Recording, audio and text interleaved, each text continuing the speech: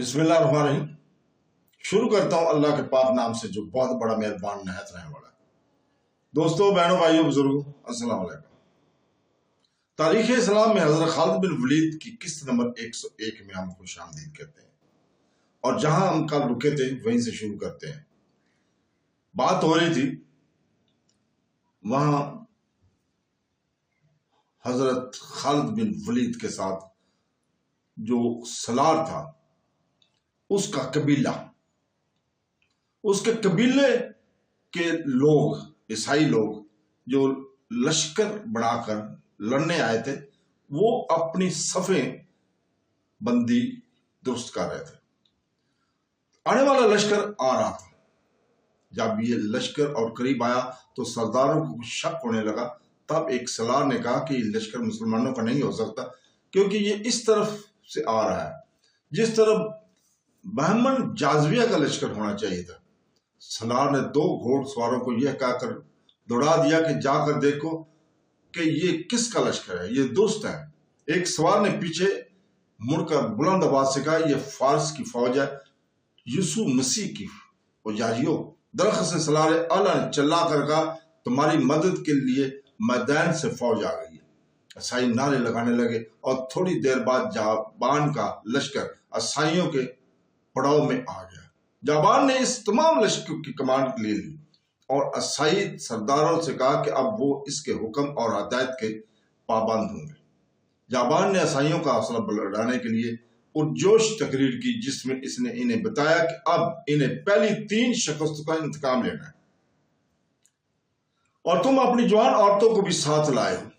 जाबान ने कहा, अगर तुम हार गए तो ये औरतें मुसलमानों का माले गनीमत होगी, नहीं वो लोनियां बनाकर ले जाएंगे। इन्हीं की खातर अपनी जानें लड़ा दो। ईसाइयों की सभों में जोश और खरोश बढ़ता जा रहा था। वो तो पहले ही इंतकाम की आग में जल रहे थे।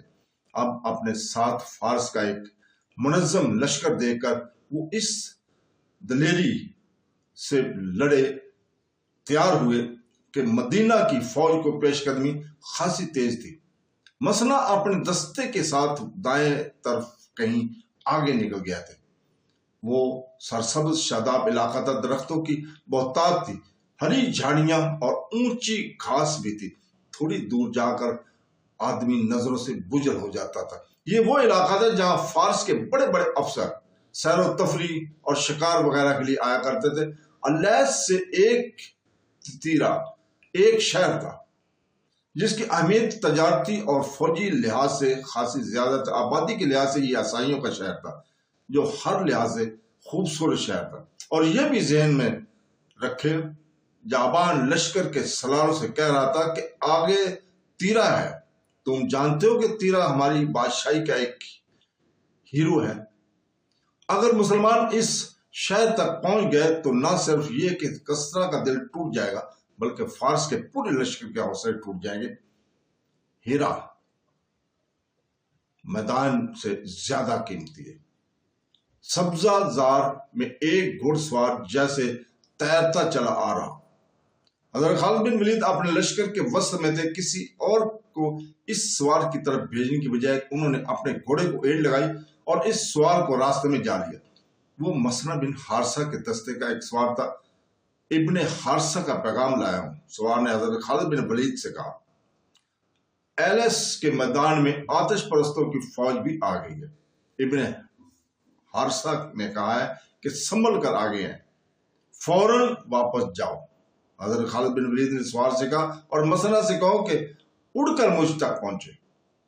मसना का कासिद यूं गायब हो गया जैसे इसे जमीन ने लिगल लिया हो। इसके घोड़े की टाप कुछ देर तक सुनाई देती रही और फिर दरख्तों में गुजरती हो शाह शाह में तखलील होकर चली गई। हज़रत खालिद बिन वलीद वापस अपने लश्कर में आए और अपने सलारों को बुलाकर इन्हें बताया कि आगे सिर्फ बकर बिन वैल के लोग ही नहीं है, बल्कि मदैन का लश्कर भी इनके साथ आ मिला है। उन्होंने अपने सलारों को यह भी बताया कि मसना बिन हारसा आ रहा है।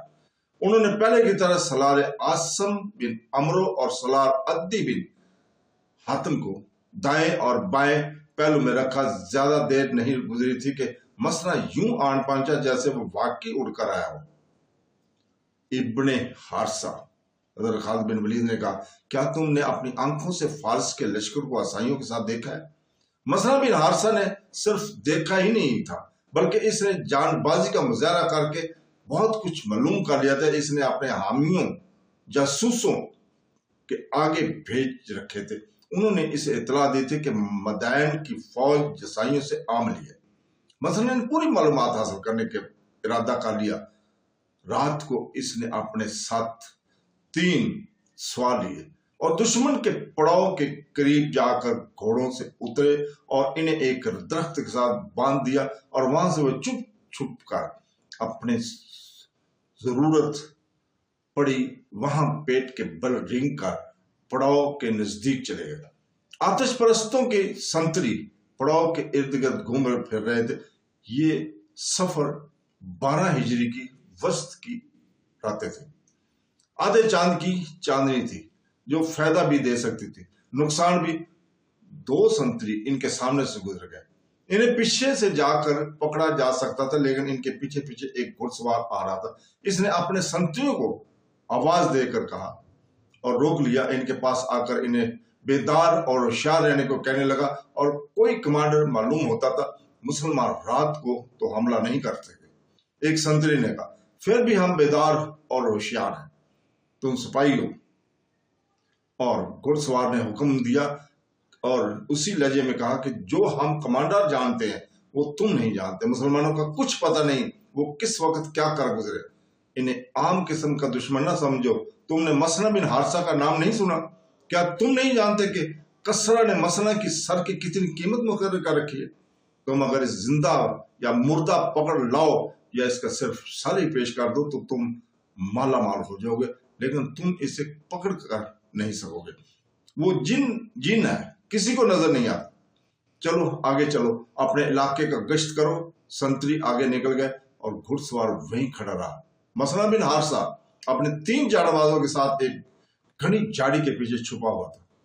گھڑ سوار اس طرف جانے کی بجائے جس طرف سنتری چلے گئے تھے دوسری طرف چلا گیا۔ گھوڑے پر اسے پکڑنا خطرے سے خالی نہیں تھا۔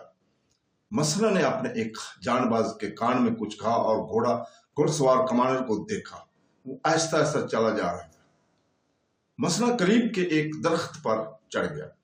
اس کے جانباز نے ذرا اونچی آواز میں کچھ کہا تو کمانڈر نے گھوڑا روک لیا۔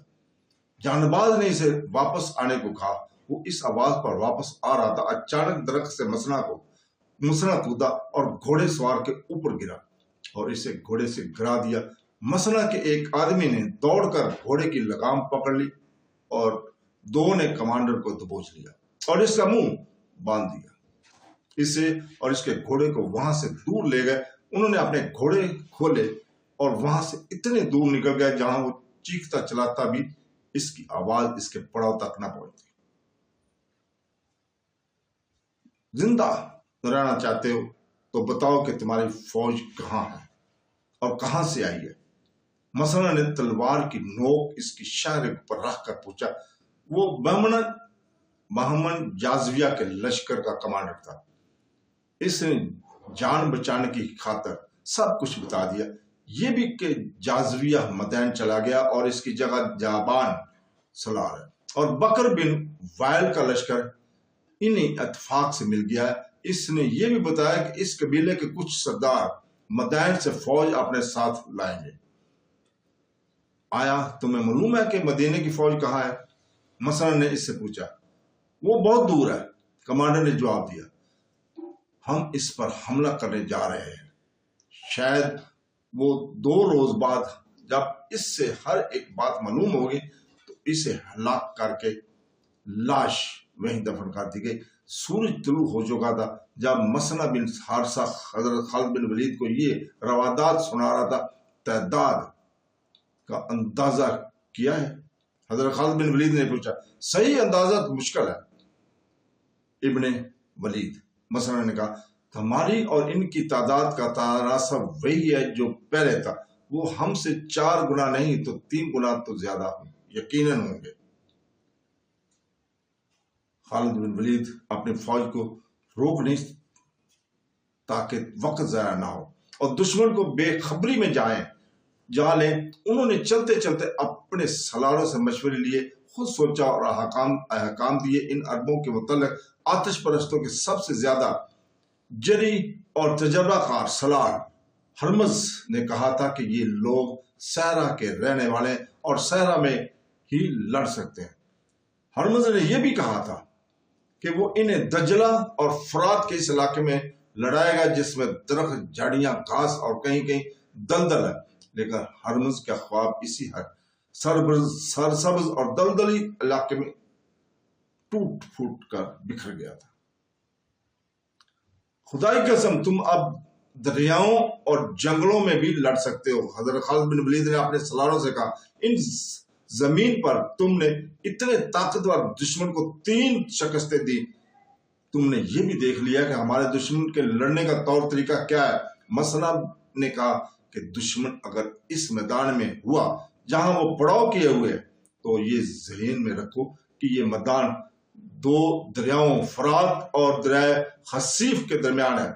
मैदान हमवार है लेकिन दरख्तों और सब्जे की बहुतात है। दौड़ते घोड़ों पर तुम्हें दरख्तों का और इनके झुके हुए टहनियों का ख्याल रखना होगा, वरना इन टहनियों से टकरा कर मारे जाओगे। मैदान महदूद भी है। हमें दुश्मन को किसी किस्म का धोखा देने का और चाली चलने का मौका नहीं मिल सकेगा। हमें आमने सामने का मार्का करना पड़ेगा, लड़ना पड़ेगा।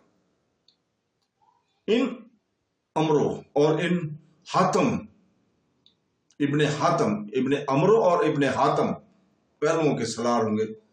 इन्हें जब भी और जैसा भी मौका मिला ये इनके मुताबिक नकल हरकत करेंगे। अपने कमांडरों को यह बताना जरूरी है कि आमने सामने की लड़ाई में जज्बे की शिद्दत और जिस्मानी फुर्ती और मजबूत हौसले की जरूरत होती है। इब्ने हारसा, तुम हमारे पाबंद होकर नहीं लड़ोगे। तुम्हारे साथ पहले तय हो चुका था कि तुम अपने अंदाज का मैल का लड़ोगे, लेकिन तुम ये एहतियात करोगे तुम्हारे सवार हमारे रास्ते में ना आए। तुमने अपने सवारों को यही तरबीज दे रखी है कि इन्हें इसी तरह इस्तेमाल करो, लेकिन अंधाधुंध नहीं। नज़्म व ज़ब्त बहुत जरूरी है। इब्ने वलीद मसना बिन हारसा ने कहा, तुझ पर अल्लाह ताला की रहमत हो। तूने जैसा कहा है तुझे वैसा ही नजर आएगा। क्या तुम इजाजत देते हो कि मैं अपने रास्ते में चला जाऊं? मैं तुझे अल्लाह ताला के सुपुर्द करता हूं। हारसा के बेटे हजरत खालिद बिन वलीद ने कहा, जहां मैदान जंग में मिलेंगे या मैदान हशर में। मसला ने घोड़े को ईड़ लगाई और पलक चपकते नजरों से ओझल हो गया। और इसके साथ ही आतिश परस्त कमांडरों का घोड़ा भी था जिसे इसने कत्ल कर दिया था। ये घोड़ा हजरत खालिद बिन वलीद के लश्कर को दे गया था। इतनी थोड़ी तादाद में और इतने महदूद वसाइल को भरोसे मदीने के मुजाहिदीन इस लश्कर में हमला करने जा रहे थे, जिसकी तादाद इनसे 3 गुना से भी ज्यादा थी और जिसके हथियार भी बेहतर थे। तो दोस्तों, इसके साथ ही आज हम यहीं पर रुकते हैं। कल इंशाअल्लाह ताला अगली किस्त 102 में हम यही शुरू करेंगे। अल्लाह हाफ़िज़।